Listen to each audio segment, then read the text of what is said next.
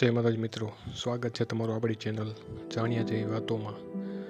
હમણાં જ જેની બીજ આવે છે એવી ચારણ જગદંબા એટલે કે મરડા સોનબાઈમાં એક પરાશક્તિ, સમાજ સુધારક, સમાજના દૂષણો દૂર કરી નવી રાહ ચીંધનાર એવા સોનબાઈમાં અને નારાયણ સ્વામીનો આ પ્રસંગ છે.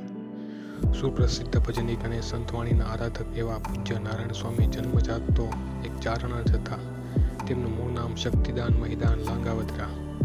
ચારણકુળમાં જન્મેલ હોય પછી તો મા સરસ્વતીની કૃપા તેમની જીભે તો જન્મજાત હોય જ.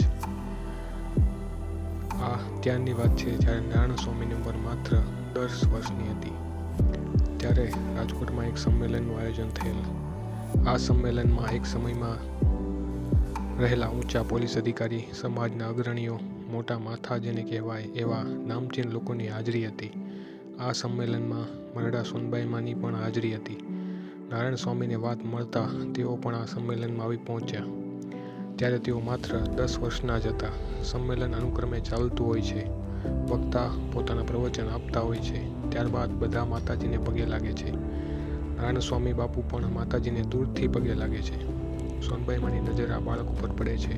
પૂછે છે કે આ બાળક કોણ છે, તેને મારી પાસે લાવો. બાપુ માતાજી પાસે જાય છે. માતાજીને વંદન કરે છે. માતાજીએ પૂછ્યું, બેટા કેવા છો? બાપુ કહે, ચારણ છું. માતાજી કહે, ચારણ છો? ઓહો, તો એક છંદ કે દુહો તો સંભળાવવો જ પડે. પણ બાપુ કહે, માતાજી મને કશું આવડતું નથી. માતાજીને બહુ આગ્રહ કર્યા પછી બાપુ એક માત્ર અડધો દુહો તૂટેલો સંભળાવે છે. આ દુહો સાંભળી માતાજી બાપુને ખોળામાં બેસાડે છે. માથે હાથ મૂકીને માતાજી બોલ્યા કે આ છોકરો આવનારા સમયમાં ખૂબ નામ કમાશે. આ બાળક ખૂબ આગળ વધશે.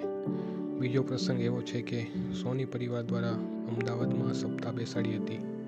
નારાયણ સ્વામીને પણ આમંત્રણ આવેલું. બાપુ સપ્તાહમાં રાત્રે ભજન સંતવાણી કરતા, દિવસે ખડા પગે ઊભા રહેવું અને મૌન વ્રત રાખતા. આવું બાપુને વ્રત હતું.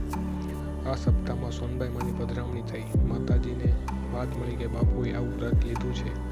સોનબાઈમાંને ખૂબ દુઃખ થયું. તે દિવસે રાત્રે સંતવાણીમાં બાપુએ સોના વાટકડી રે સુપ્રસિદ્ધ ગીત ગાયું અને માતાજી સાંભળીને રોઈ પડ્યા. બાપુ કહે છે, માતાજી તો હું ગીત બંધ કરી દઉં. મારું આ ગીત સાંભળીને તમે રડો છો કેમ? માતાજીએ કહ્યું કે મારું હૃદય ભરી આવ્યું છે. બાપુ તમે તો નરમાંથી નારાયણ બની ગયા. માતાજીએ કીધું, તમે મને માં માનતા હોય તો માં થકી મને આ તમારું વ્રત દુઃખી કરે છે. તમે જે આ કષ્ટ ભોગવો છો એ મારાથી જોવાતું નથી. તો હું એક માં થકી તમને કહું છું કે બાપુ આ વ્રતના પારણા કરો, આ વ્રતને પૂરું કરો.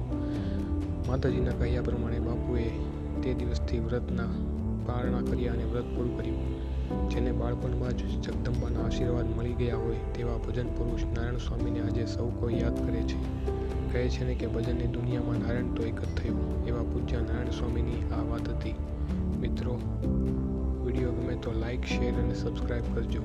આપણી ચેનલમાં અવનવી વાતો તમને જાણવા જેવી મળતી રહેશે. જય માતાજી, જય મોગલ. આપ સૌને એડવાન્સમાં સોનલ બીજની ખૂબ ખૂબ શુભેચ્છાઓ. માતાજીના આશીર્વાદ તમારા સૌ ઉપર બન્યા રહે એવી પ્રાર્થના. જય સોનબાઈમાં.